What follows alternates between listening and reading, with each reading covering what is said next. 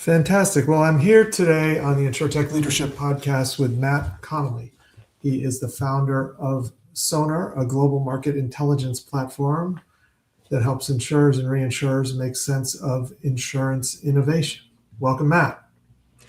Josh, it is a pleasure to be here on this podcast. I've watched, listened, and admired for quite some time. So what a treat.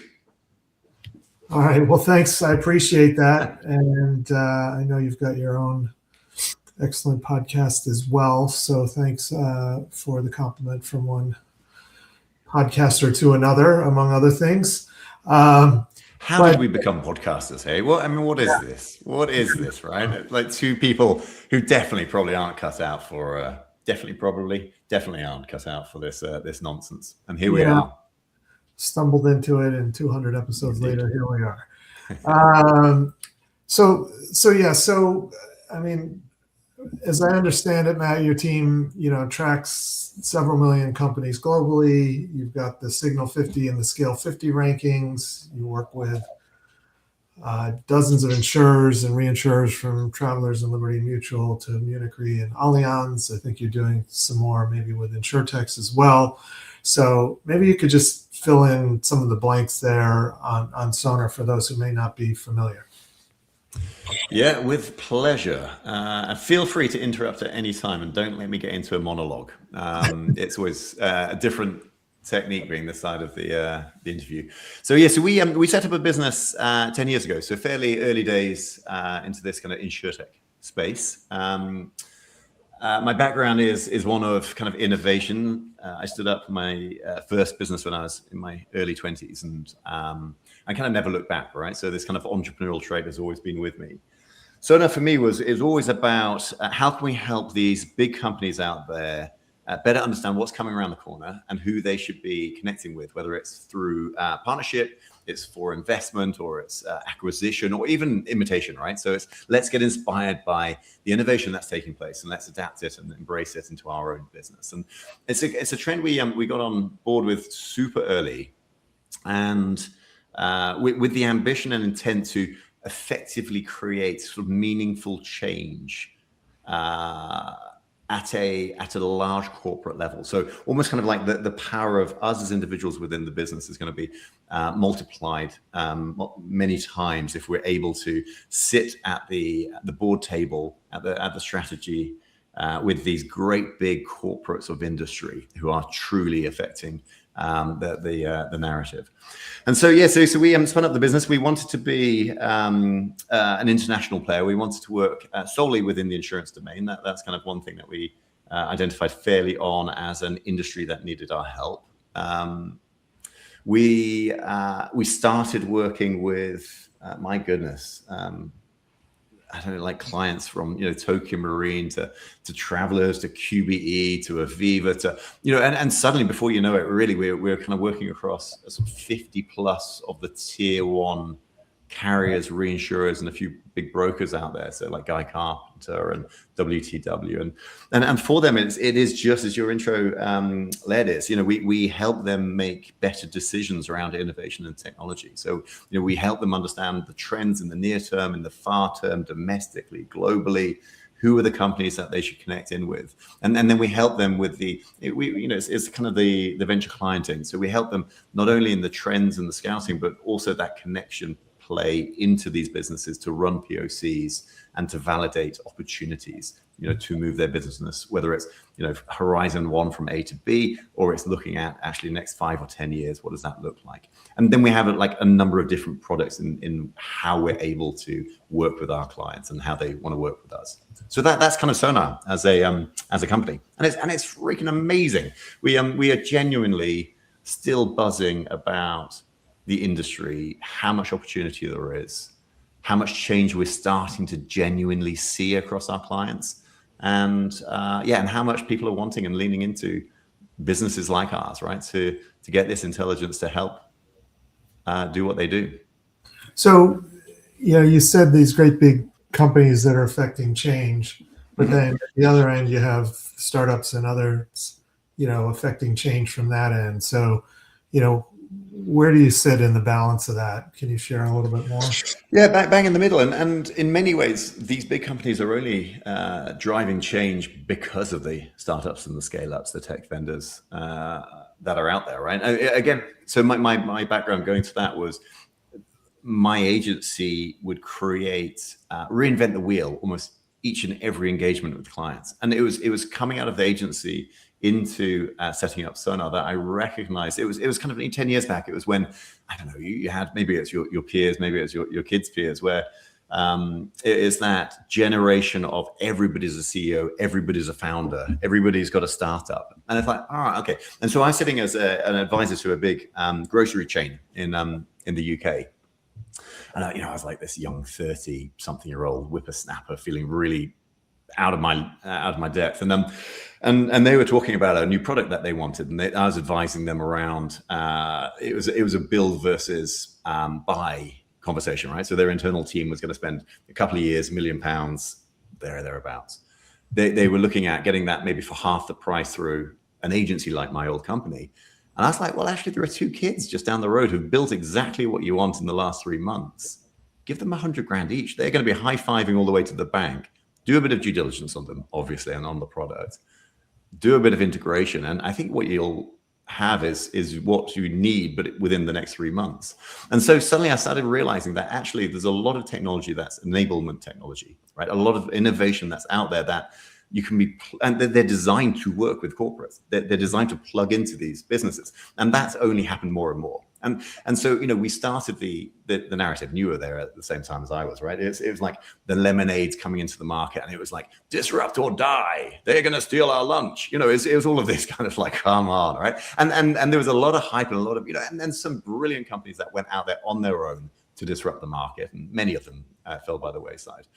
Equally, what you have is, a good 90% of the industry is technology designed to help the big corporates move forward. Right. So it's not them doing it on their own, and it's not like for the lack of the startups and the scale-ups, not innovating or not changing the world. It's a genuine bringing, we sit right in the middle of this ecosystem, bringing them together to strengthen what's out there, right? For us as customers or the businesses out there to enable better products, better services, better provision of insurance into the market. And as we move into this kind of changing risk dynamic, whether it's the cyber or the marine or whatever it be out there, right? There's a whole load of new stuff the industry is waking up to and reinventing itself continuously. And we sit in that space, we inhabit that space, which allows that connection to be made and the transformation to happen. And so, either from working with your clients or just observing others in the industry, given the connections you have, a lot of carriers will tell you they want to be innovative. But as you watch them try to make these innovation decisions, where does the intent break down inside the organization? At the CEO level, mostly. I mean, hey, this is a question I should probably be putting to you, right? I mean, we see it a lot. I mean, it's people. It's people, but it's also it's ambition, right? So let's go with appreciate. It's a UK reference, and I'm a UK guy, right? So it's so forgive that, but Aviva. So one of the biggest insurers in the UK. They've got Ireland and Canadian representation as well. But Amanda Blanc is the CEO, and she is hungrily driving for growth, right? And she's a leader of a huge insurance company, and that you would expect, right? And how that translates is all the people sitting underneath Amanda, and she's talking, she employs 30,000 people in her business. They are all laddering up to growth, right? So everything they do, every decision they make, from an innovation lens, every partnership, every POC, every scouting brief, every trend that they're looking at is designed for growth. You maybe hear that from other companies, less and less so. Maybe many are a fast follower, right? In this industry, we're designed for risk, and some simply don't want to get exploring this, right? So those who are ambitious, those who are hungry, whether it's for change or whether it's for growth, they are the companies that we tend to work with. Yeah. Equally, we don't have that relevance. If they're not looking to innovate, if they're looking just to wait in the wings, we don't have a role there, right? We can keep tracking stuff for them, but unless they're going to execute, it's not so interesting. So we can get into other ways. Maybe you help them evaluate sort of innovation opportunities, but specifically, if a carrier is evaluating a startup for some kind of partnership or relationship, where do you typically see kind of the value leak? Is it when they're scouting? Is it during the diligence phase, or is it after the pilot takes place? What do you mean by value leak? Tell me that. Well, where they invest time, but then ultimately maybe it stalls. Maybe they don't, figure out sort of buy, build, partner, and just almost do nothing, kind of. Yeah, I think there might be 4 stages. So there's a lot of hustle in the startup scale-up phase, right? Rightly so. You've got some well-capitalized startups and scale-ups that are actively, and hey, again, I put to you, right? Maybe we have a reverse conversation later. But they're recruiting incredible CROs who are hungrily going after the same industry that I'm talking about, right? Who are our clients. And so our clients will be getting a load of inbound, right? And they will be getting a load of inbound that is beautifully sort of self-qualified. Yeah, they're presenting themselves incredibly well, demonstrating why they should be, a fit within client X or company X. And so what that does is it means that actually if the industry is working with them without further diagnostic or further research around them, then there's a point of weakness, right? So it may be that actually they should be going down a completely different track, right? They shouldn't be looking at replacing their underwriting workbench whatsoever. In fact, for them, the most important priority is something else. So that kind of market context, market research, white space, really looking at the trends, really understanding what's important to your business, that's one point of value leak, as you put it. The second, then tying also to that same point, is the scouting piece, right? It's we got an inbound from these guys. They looked incredibly good. It didn't work out. Well, actually, it didn't work out for a number of reasons, right? And so when looking at scouting, it's like, where are they based? What's their culture? Who are their people? What stage are they at? What is their technology? Does it align to our needs? Does it? There are so many layers that we need to be qualifying against. And again, every client will have a very different view of what they need. Super early stage, super late stage, super local, super global. And so again, don't go with that startup that is the best salesperson. So you've got the kind of like not really understanding the trends. Then it's not doing the scouting particularly well. Then it's the engagement piece, right? So it's how do we work with these guys? So you're getting into these kind of year-long proof of concepts or pilots, right? It's £1 million. We'll validate whether this is in or out. I mean, complete nonsense, right? And hopefully most of the market has moved beyond this. So we have a very strong process that is a one-day workshop where we almost kind of create a business case. So like a mini business case for why a 3-week POC is the right thing to do, how that 3-week POC will be compiled, and what KPIs we expect to hit at the end of that 3-week POC with a view to moving beyond into a pilot or into scaling. And so actually framing and putting some structure around that coming together, I think is again another value leak to your point. And then finally, it's the right, and we're hearing it a lot in the events that we're all going to, including yourself, Josh. I think I last saw you in New York, right? Right. Yep. And it's the and we heard it on stage many times, which is the it's like the POC purgatory. Yeah, yep. We're getting so for those more mature innovation led businesses, they are doing a number of POCs, but they're now not moving beyond there, and they're questioning why they're not, and therefore going back into the whole from the trends to the scouting to the alignment to the POC. It's what is it that they should have done better, and the answer is often with the people, right? Which is again back into your world, but it's how do you effectively get from a POC to a pilot to scale? And again, that's another value leak. So it's just these little points, but all of this is it's super the businesses that are doing this well are super public and super open about how they are doing it well. And so it's all available to learn, right? It's not like any top secret stuff. And these innovators are really accustomed to sharing this stuff, whether through podcasts. And this is the one thing that I love doing on my podcast, right? It's interviewing these innovation directors from these big global businesses. And it's so much fun hearing their challenges and their opportunities and their learnings and their frameworks and the rest. Yeah. So are there specific ways that either sort of historically Sønr has helped plug those leaks, and then also I know you have the Sønr 2.0 that's rolled out, that's a little bit different model, but could you maybe talk about how you're helping organizations with these things? Yeah, absolutely. I think it goes back to again, it's kind of like my old business. I don't normally talk about it, but it's we employed a lot of people in it. It was a real day rate, time and material type business. So I set up Sønr with this.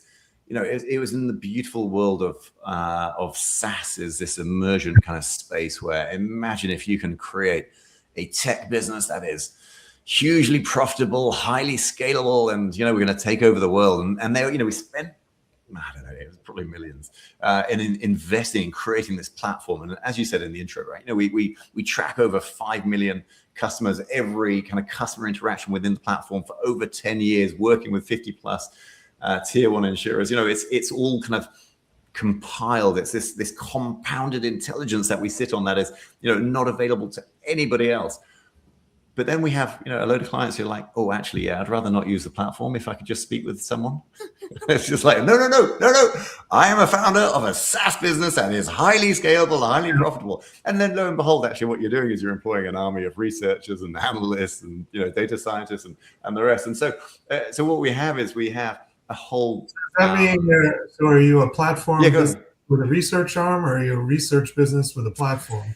You know what? Ask one client, you'll get a different answer to the other. And so we are, in terms of revenue, we are now 50-50, evenly split. And again, if I was looking to sell the business, it's all about, as a founder and a CEO, you're thinking about, exit multiples, and you get 1 to 2 times your people, but you get 8 to 10 times your SaaS. And of course, therefore, we want everything to be driven by SaaS. But you know what? Actually, what I'd rather do is I'd just rather serve a business that our clients want to buy.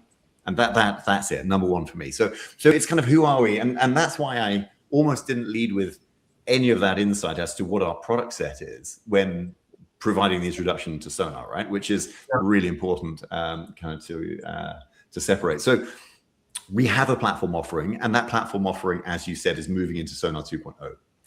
We have a team of researchers that are available to our clients, and they normally tend to work on like an annual retained kind of project basis. And then we're standing up a new business as we speak, which is the Emerging Trends Academy, which is how can we bring groups of individuals from across businesses together around particular trends so that they can go deep on the intelligence that we provide. But it's almost we again, using events as a great example, we'll hear from a panel talking about AI in distribution. And it's wonderful, right? For 40 minutes, we get everything that we can possibly get, as deep as we possibly can go. But it's about taking that a little bit further, right? It's never quite, you never got enough Q&A. You want to go, you want to get the expertise out. And just imagine being together with, it's startups, it's scale-ups, it's your consultants, it's your carriers, it's your academics, all sitting within the AI and distribution space, or robotics, or quantum, or and then being able to go deeper. So that's the Emerging Trends Academy. So it's much more kind of community focused. And so really what we're doing is we have different product offerings. And again, it's about intent, it's about purpose for me. I want to see effective change happen as a result of this, right? So I'm driving to change this industry, to move it forward a little bit faster, to keep up with the pace of change outside of their four walls. And so let's talk about the 2 big capital letters, AI. Are they yeah? Are they helping speed that up, or are they slowing it down? You know what? I said this before. We were just chatting. I think it's definitely not helping my relationship at home. I'm loving personally using AI to the point of I've now got into my vibe coding. My CTO doesn't want to speak to me as much as maybe he used to, because I keep throwing things over to him because it gets me so far, but then I need him to put some security around it and actually comply with all the protocols that we need for our clients. AI, let's spin it out of how I use it and my team as a business into our clients. It's speeding things up inordinately. I think there's so much complexity. I mean, you've published some stuff in this space, so I know you're well and truly versed. I think there are those who are embracing it. Again, to cite Aviva, I think they were one of the very first to ensure that they put themselves out. They created something with Founders Factory called Malcolm. It's in fact, we're just publishing a new version of our Beyond Boundaries report for ITC Europe, which is a big event coming up in Barcelona in a few weeks, depending on when this interview is published. And within that, we have a case study around Aviva and Malcolm. So super interesting read on that. But what that is Malcolm is Aviva within the ChatGPT open AI framework, right? So it's can I get my motor insurance through an LLM, and how far does that take me? So I think for AI and distribution, super interesting. I think that kind of orchestration layer across at various messy parts of insurance, I think is super interesting. There is a lot of uncertainty, unknown within our clients. They're trying to understand still, the use cases for. And I think it ties in with something slightly broader. And let's stick with the AI. But I think there's a really interesting change that we're seeing, and I'd love to know if this is true for what you see as well, Josh. But it's we're seeing this kind of decentralization of innovation across businesses, right? So lots of organizations originally were set up to have this centralized innovation function at the beating heart. Some still remain. Others have then been spread, or the capability has been, the request for innovation has been spread across the business, so into underwriting, claims, distribution, wherever. But what you haven't got is the capability spread at the same pace. And so what you now have is you've got teams who have been tasked to innovate, but don't have the networks, the experience and experimentation, the tooling, maybe the interest and time, and the rest, right, to innovate. And so what we have is we've got a lot of these operators from across our clients' businesses now leaning in towards us, saying, how do we use AI? What are the use cases for us? Where do we get the benefits from? We're experimenting here, but it's not going in the right ways. How do we measure, and all of that kind of stuff. And I think that's a really interesting play as well, where we know it needs to, we're pretty certain AI is going to help us, but we just don't quite know how. Yeah. Are you seeing something similar? I've seen it for the last couple of years where I think, there was a stage where the innovation groups were very helpful just because companies didn't really have a way to get a feel what was going on out there. And I think the problem with a lot of them was that they were trying to push innovation upstream. And I don't think it really works like that. Maybe occasionally it can. You really have to start with what are the problems within each line of business or operating unit, and then figure out where innovation can help solve them. So I've definitely seen the same thing where, people have been decentralized or groups have been disbanded altogether, and then the individual business lines are trying to do it. But it's an interesting point you make about, the pros and cons of each method, but definitely have seen that over the last couple of years. It was a lot of the reason for us to also bring out Sønr 2.0, which I think it's just to make sure that we are providing something that is a little bit more accessible to everybody.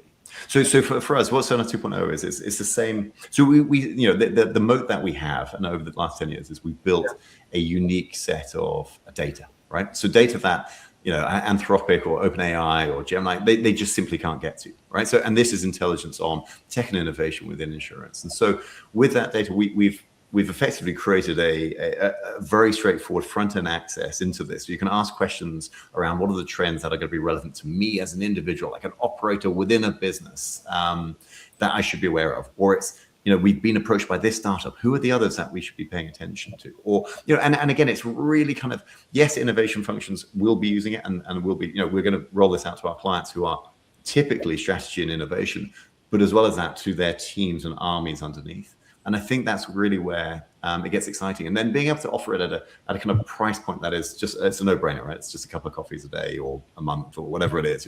It's at that kind of level where it's not even thought about. As long as we're kind of getting the AI credits paid for in turn, then we're okay with carrying that. And I just kind of want to decentralize this innovation kind of market intelligence capability, right? Because it's a core component. If you don't get your direction right from the off, the value leak, as you put it, right, is going to be huge later on. And so it's just start in the right place. And again, it's not just the carriers and the reinsurers. It's the brokers, but it's the consultants, it's the lawyers, it's the startups, it's the, and with your InsurTech association, right? It's the, you'll know this, it's that whole ecosystem. Let's just get this right. Let's understand what the playing field looks like, and let's move forward in a smart way. Yeah. So I want to try to keep us on schedule here, but a couple of, well, I don't know if this is a quick one, but a couple of questions here. Just so, if you're an insurance leader who has to make, real decisions on AI and innovation this year, now 2026, and can't kind of wait for the dust to settle, what's the most useful thing you'd tell them?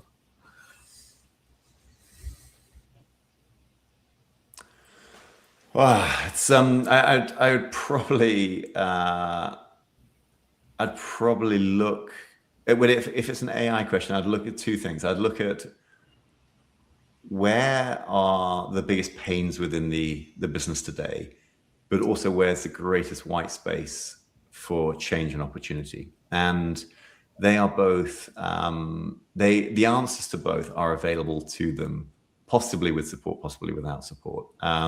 It's exactly the kind of brief that we'll take and that will help them solve, but it's the absolute number one question that needs to get solved. So you talked about the pain points, absolutely, but it's also a lot of the AI is kind of AI opportunity. And whilst even looking at the the Aviva Malcolm case study, it's not that as a experiment it's set to deliver millions or even growth, to Amanda Blanc's directional point.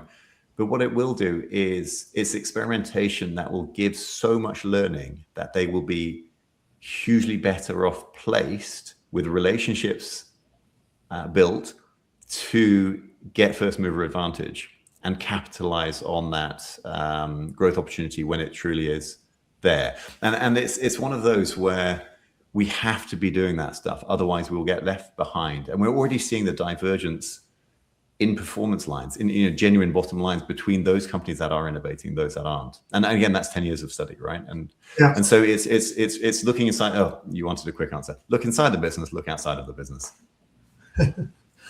All right. Anything else that's coming with Sønr, or anything else you'd like to mention before we wrap up?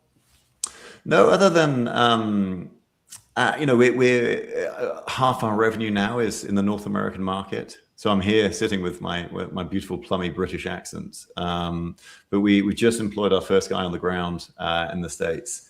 And maybe just to call out, it's a territory that seems to be wanting more and more of Sønr, and we'd love to work with more clients out there. And we think there is a big old opportunity to do so, right? It's never been more important to get this intelligence right in this rapidly changing space that we sit within. So hopefully we'll see more of each other, and hopefully I'll get to explore more of the US, which I'm loving at the moment. So and thank you for having me.